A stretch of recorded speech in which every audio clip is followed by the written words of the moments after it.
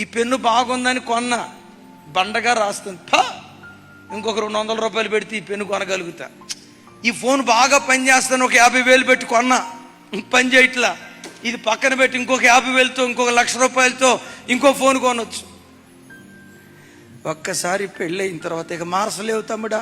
డబ్బుకు ప్రాధాన్యత ఇవ్వకండి, అందానికి ప్రాధాన్యత ఇవ్వకండి, హోదాకు ప్రాధాన్యత ఇవ్వకండి. ఆస్తికి కాదు అగ్రపట్టం కట్టాల్సింది, సంఘం ఆత్మీయతకు అగ్రపట్టం కట్టేదై ఉండునుగాక. సహజంగా ఏ పెళ్లి చూపులకి వెళ్ళినా ఒక అబ్బాయి లేకపోతే ఒక అమ్మాయిని సెలెక్ట్ చేసేటప్పుడు అమ్మాయి ఎర్రగా ఉండాలి, ఎత్తుగా ఉండాలి, అందంగా ఉండాలి, మంచి సంపాదన పరురాలై ఉండాలి, వీటికి ప్రాధాన్యత ఇస్తారు. కానీ ఎలియాజరు దేనికి ప్రాధాన్యత ఇచ్చాడో తెలుసా? ఆ అమ్మాయి నాకు నీళ్లు పోయాలి, నాతో పాటు వచ్చిన ఒంటెలకు నీళ్లు పోయాలి. ఇది ఏది చూపిస్తూ ఉంది?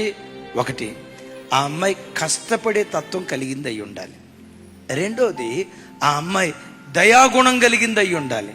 ఒకవేళ నీకు ఒక్కడికే నీళ్లు పోస్తాను అంది, ఒంటెలకు పోయినందంటే దాని అర్థం ఏంటి? అమ్మాయి కష్టపడేది అంటే మా యజమానుడి ఇంటికి రాబోయే కోడలు ఎట్లుండాలి? కష్టపడేది అయి ఉండాలి. రెండవది, ఆ అమ్మాయి దయాగుణం కలిగింది అయి ఉండాలి. నీకు నీళ్లు పోస్తా కానీ ఒంటెలకు నీళ్లు పోయిను అని అందనుకో, దాని అర్థం ఏంటంటే రేపు అమ్మాయి అబ్రాహాం ఇంటికి వచ్చిన తర్వాత కూడా ఇస్సాకుకు నీళ్లు పోస్తా కానీ అబ్రాహాంకు నీళ్లు పోయినంటది. ఇదే స్థలంలో దైవజనులు యేసుపాదం గారని కొకటిపల్లిలో సేవ చేసే సేవకులు ఒక మ్యారేజ్లో ఒక అద్భుతమైన మాట చెప్పారు. కుటుంబ వ్యవస్థలో బంధాలు బాంధవ్యాలు చక్కగా ఉండాలంటే ఇదిగో వినండి, పిల్లలను పట్టించుకున్న దానికంటే, భర్తను పట్టించుకున్న దానికంటే వారితో పాటు ఆ ఇంట్లో ఉన్న అత్తమామలను పట్టించుకోవాలి. అలంకారప్రాయంగా ఇలా చెప్పారు. ఓ చెట్టు ఉంది, ఓ చెట్టు ఎప్పుడు పచ్చగా ఉండాలంటే కొమ్మల మీద నీళ్లు పోస్తే పచ్చగా ఉంటుందా?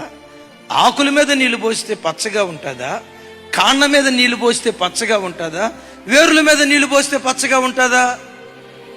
కదా. ఒక చెట్టు పచ్చగా ఉండాలంటే వేరుల మీద నీళ్లు పోయాలి. ఆ కుటుంబ వ్యవస్థకు వేరు లాంటి తల్లిదండ్రులకు నీళ్లు పోసేదై ఉండాలి. తల్లులారా, మీకు దండం పెట్టి చెప్తున్నా, వేరులకు నీళ్లు పోయండి. భర్త పట్ల దయ చూపండి, పిల్లల పట్ల దయ చూపండి. ఆ కుటుంబ వ్యవస్థకు ఆధారమైన వేరులకు కూడా మనం దయ చూపే వ్యక్తులుగా ఉందుముగాక.